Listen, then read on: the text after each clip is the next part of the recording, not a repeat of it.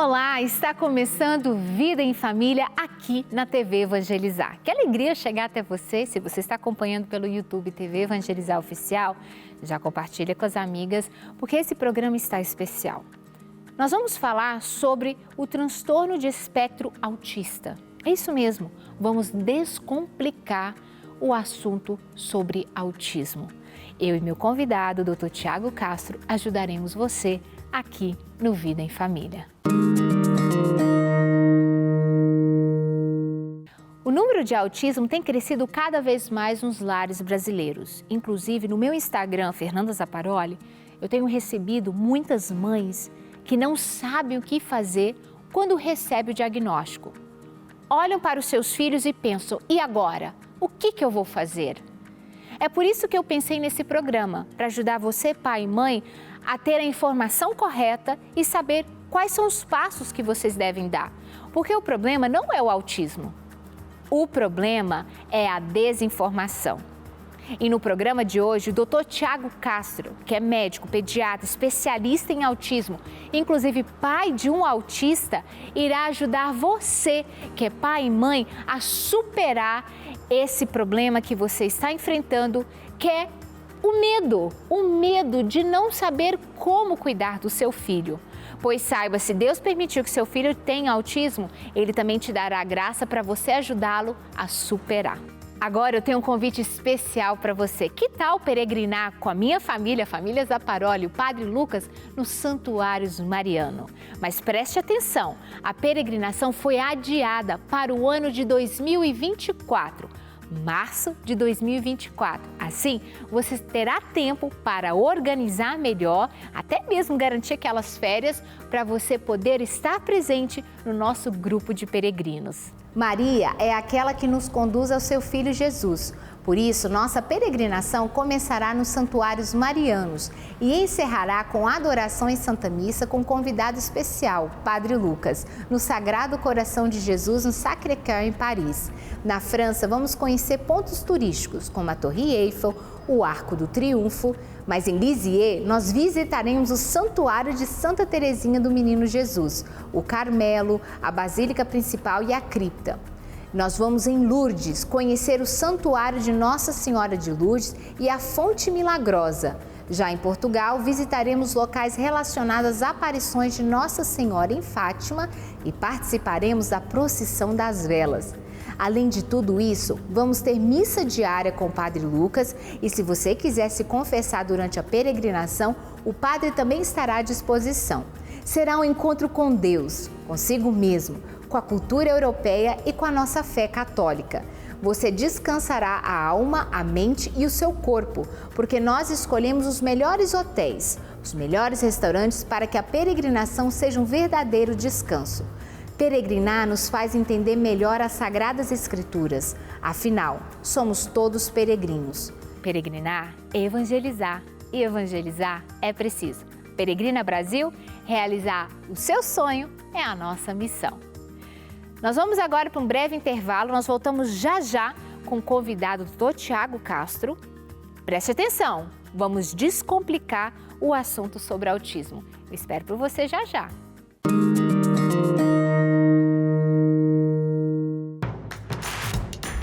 Não perca mais nenhum vídeo da TV Evangelizar. Inscreva-se agora. De volta ao Vida em Família, e o assunto de hoje é sobre o autismo. Nós queremos descomplicar tudo aquilo que está aí na sua cabeça de pai e mãe e até mesmo os medos, que se enfrentam e vivem com seus filhos por não saber como lidar com o diagnóstico de autismo.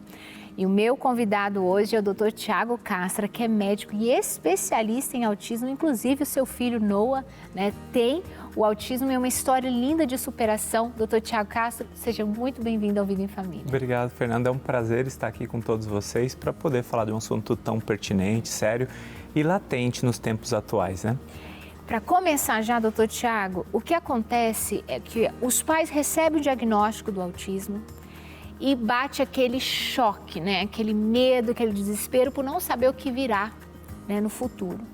como que um diagnóstico de transtorno de espectro autista pode verdadeiramente ser, né, correto? Porque existem alguns diagnósticos que não são corretos e outros casos em que os pais não aceitam. Mas como que a gente pode saber esse daqui de fato é um diagnóstico correto? Bom, o princípio básico de qualquer diagnóstico é uma boa avaliação, um bom diagnóstico, passando por bons profissionais.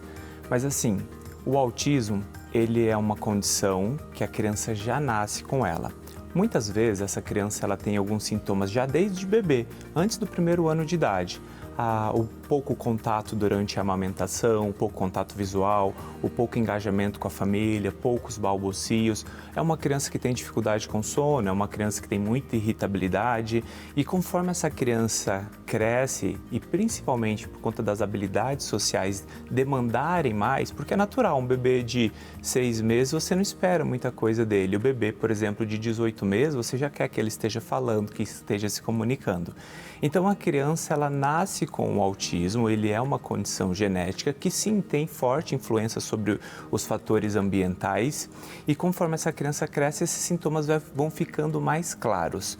Então, para que a gente possa ter um verdadeiro autista, uma criança autista, um adolescente, um adulto, precisa de precocidade nos sintomas, então desde os primeiros 2, 3 anos tem que ter tido a manifestação dos sintomas. Para que a gente tenha um verdadeiro diagnóstico, a gente precisa baixa reciprocidade socioemocional, que é nós estamos aqui. Então, você fala comigo, eu falo, não falo com você, eu falo menos com você, eu brinco menos, brinco da forma que não deveria. Então, a gente tem menor reciprocidade, nós temos menor comunicação. Não apenas a fala, porque a fala é uma parte de toda uma grande comunicação, então a gente tem dificuldade na comunicação e padrões ritualísticos, restritos, repetitivos. Então isso é o verdadeiro autismo. E aí, se você me permite... Claro. E acontece que no tempo atual a gente percebe um movimento que, de certa forma, é muito ruim, né? De crianças cada vez mais terceirizadas, né? Por necessidade da família ou às vezes por comodismo mesmo.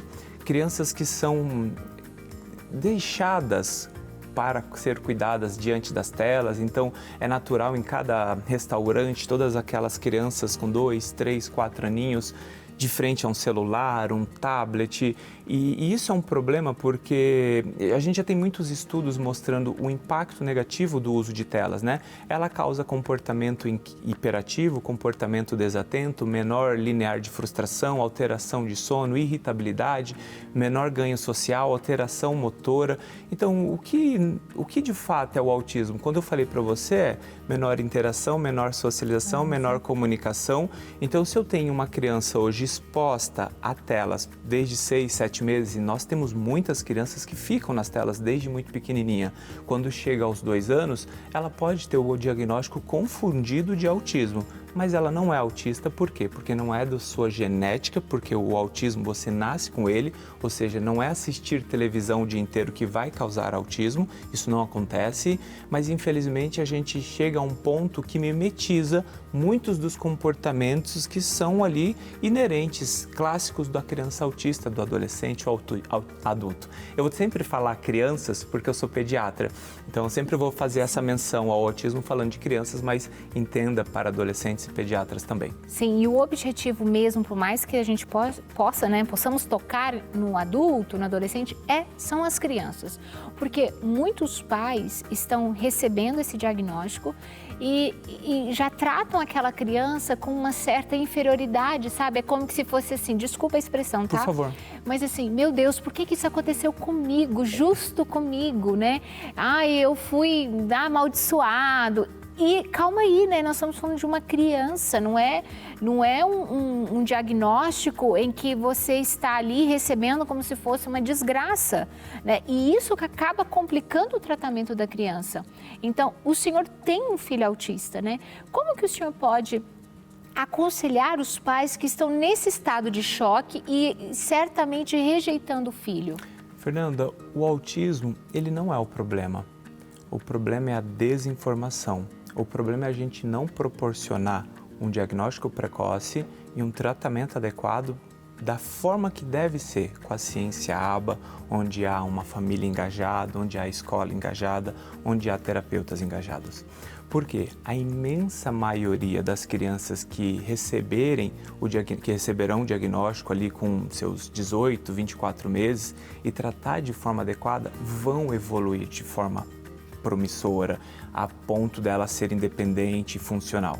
O problema é exatamente o contrário, essa família receber esse diagnóstico, guardar ele para si, não falar, não buscar, não ir atrás do que tem que ser feito, e aí naturalmente essa criança vai ficando cada vez pior, cada vez com mais atraso.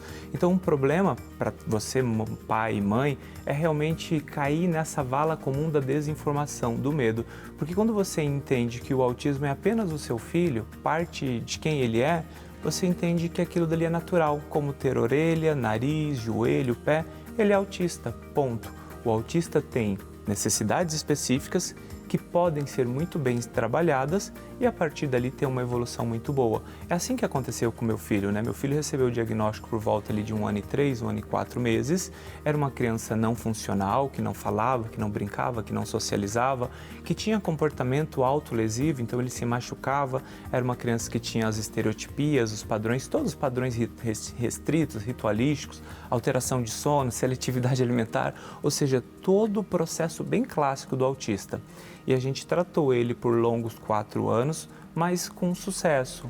Família, escola, terapeutas engajados e hoje ele é uma criança funcional, inclusive poderia aqui, não é essa uma pontuação clara, mas poderia facilmente dizer que ele pedagogicamente é o melhor aluno da sala e é assim que acontece o desenvolvimento natural. E a gente vê os vídeos no Instagram do Dr. Thiago Castro, nem parece, se você não souber, você não acredita, porque a comunicação dele nos vídeos, né? Eu vi ele ali naquele encontro que nós estávamos no Rio de Janeiro, né, com um livro.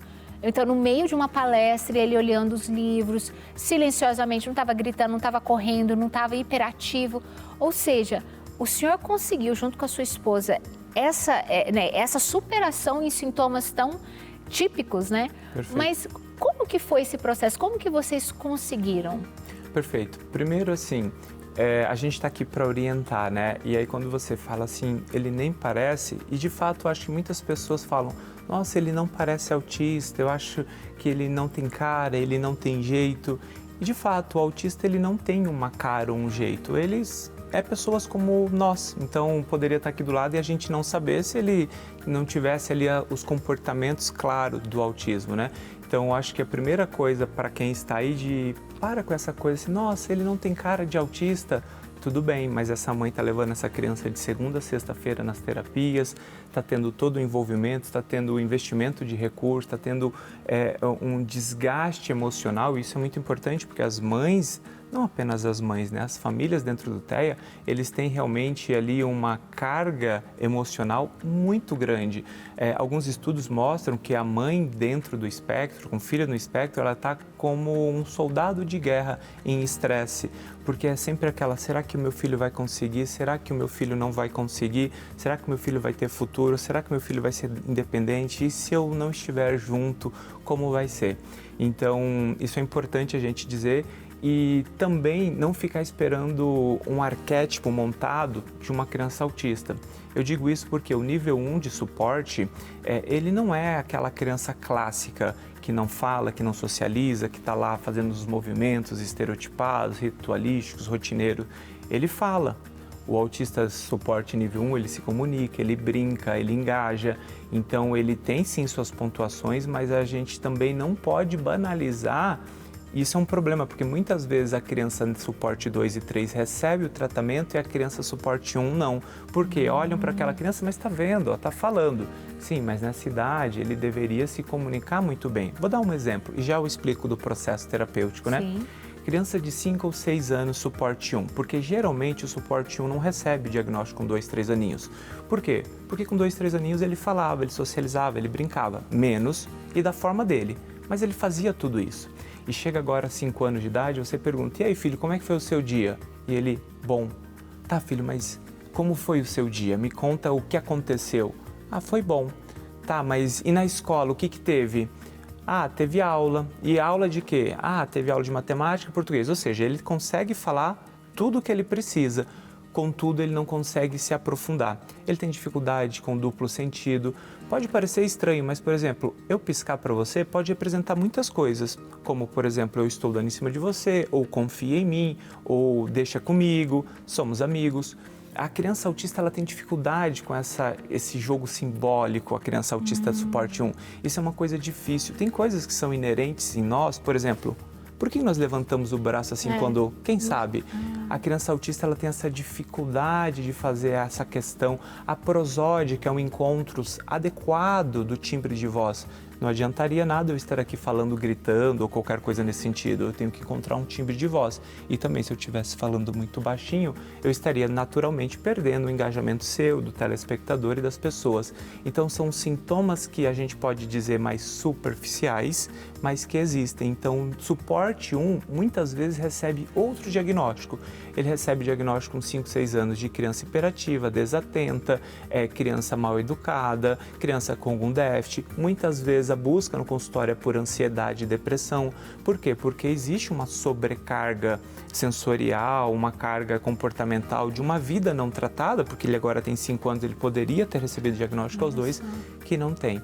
Então a gente tem que tomar muito cuidado com essa questão, não parece, ou só porque está falando não é autista. Então a gente tem que desmistificar e quebrar esse arquétipo todo, porque o autismo ele é um mundo. Da mesma forma que eu e você somos pessoas absurdamente diferentes, sendo pessoas típicas, assim também seria o autista, um mundo realmente muito amplo, que cada um é um. Eu tenho pacientes de suporte nível 3 que não tem seletividade alimentar, que é um desastre para tratar, dá um trabalho danado. Eu tenho paciente de suporte nível 1 que tem seletividade alimentar, que come basicamente 3 ou 4 alimentos. E aí pergunta para essa mãe do suporte 1 se o seu filho só comesse arroz, feijão e um tipo de carne de segunda a sexta-feira, é apenas isso, a seletividade. Isso gera dor, isso gera um desgaste emocional, gera ali realmente um sofrimento a todas as pessoas àquela volta. Respondendo a outra pergunta, né? Como funciona o processo terapêutico? O processo de tratamento ele começa com um bom diagnóstico. E o diagnóstico não existe idade mínima. Você pode fazer o diagnóstico mesmo antes de 1 ano de idade. Ainda que seja mais fácil e mais comum, a gente perceber o diagnóstico mais perto de 1 ano e 3, 1 ano e 5 e 1 ano e 8, quando as habilidades sociais são realmente muito mais claras.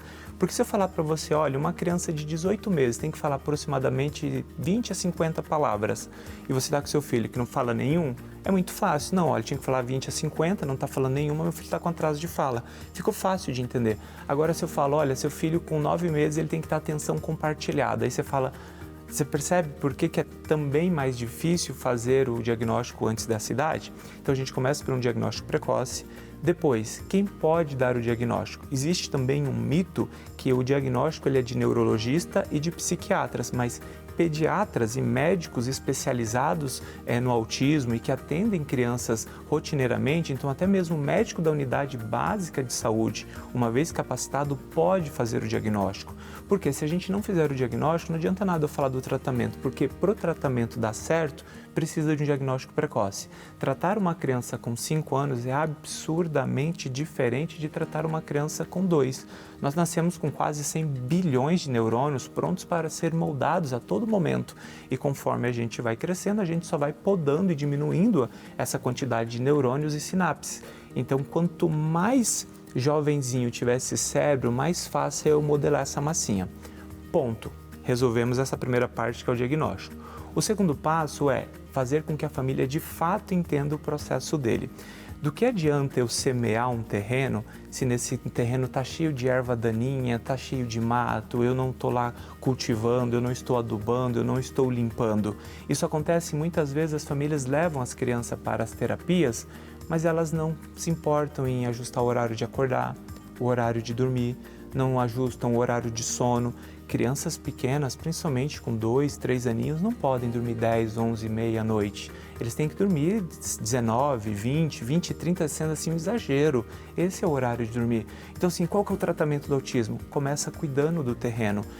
telas são desastrosas para o desenvolvimento da criança, tanto que eu falei que crianças que são expostas precocemente a telas em uma intensidade grande mimetizam o comportamento do autismo. Então tem que tirar as telas, tem que ter um pai e uma mãe que entenda naturalmente o que é o tratamento, porque pensa bem, o tratamento do autismo é a base da ciência ABA. Eu vou explicar isso rapidamente, mas isso consiste em que todos têm que fazer a mesma coisa para ensinar aquela criança que não tem aquela habilidade inerente, fácil. Mais uma vez, nós levantamos o braço sem que ninguém nunca tenha nos ensinado.